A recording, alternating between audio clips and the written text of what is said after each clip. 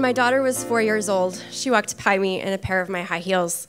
That alone was not surprising. She spends a lot of time in my closet. It was the sheer dedication and determination she had as she walked to the front door that required I ask her, "Where is it that you're heading?" She barely looked over her shoulder as she said to me, "I'm heading to New York to close a deal. I've got Cinderella with me." In that moment, that silly little teaching moment, my daughter turned my impressions of gender identity on its head. The reason why is because I grew up in a patriarchal family.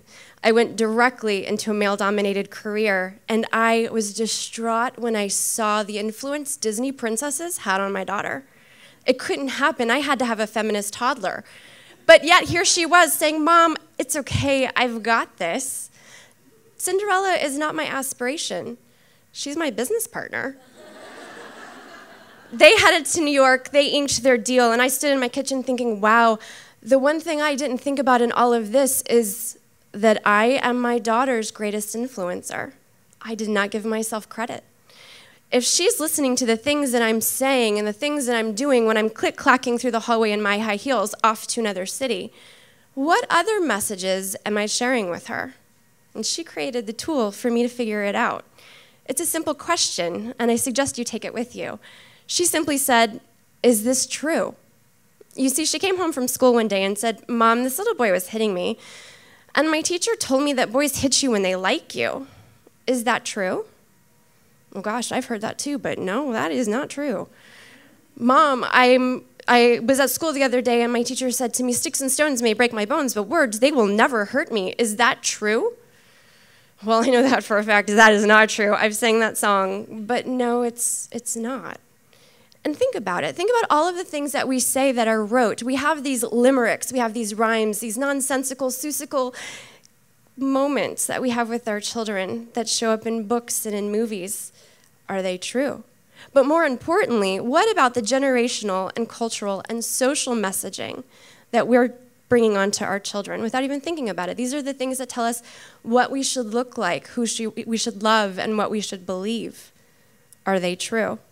I looked at my daughter, this whole person, thinking of who she's going to be when she grows up, who's walking around with this impressionable mind, this big, big heart, and this body that has to get her through. And I started creating messages around 3 core areas: head, heart, and health. Her head, your mind is expansive, my love, and you have to learn everything you possibly can.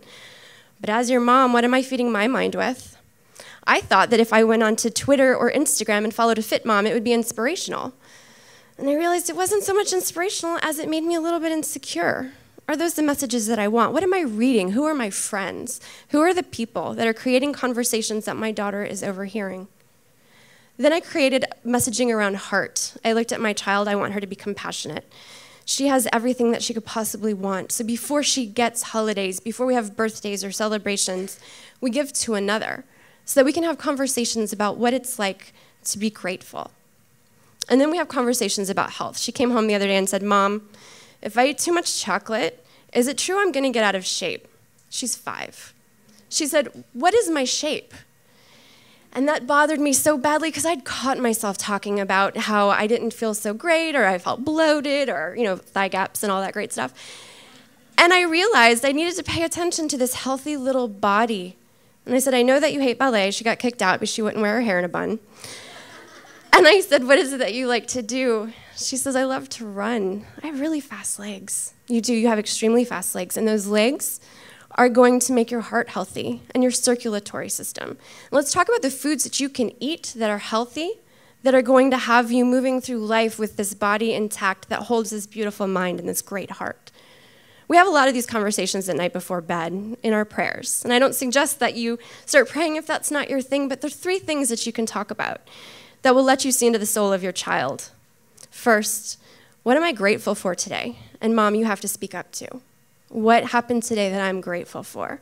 Second, what is it that I need help with? She's working on her sassing. I have a sugar addiction. We talk about it.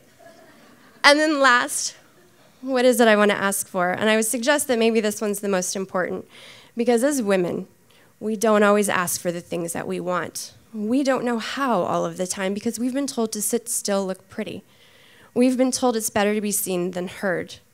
I don't want my daughter to be raised that way. I want her to have a voice. I want her to ask for the pay that she deserves in the relationship that's right for her.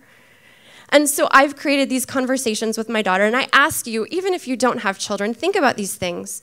Walk away and recognize, well, I'm sitting here saying thank you to this beautiful little person that made me not only a better woman, but the mom that she needed.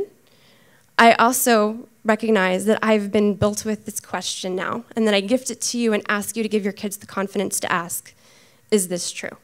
Thank you.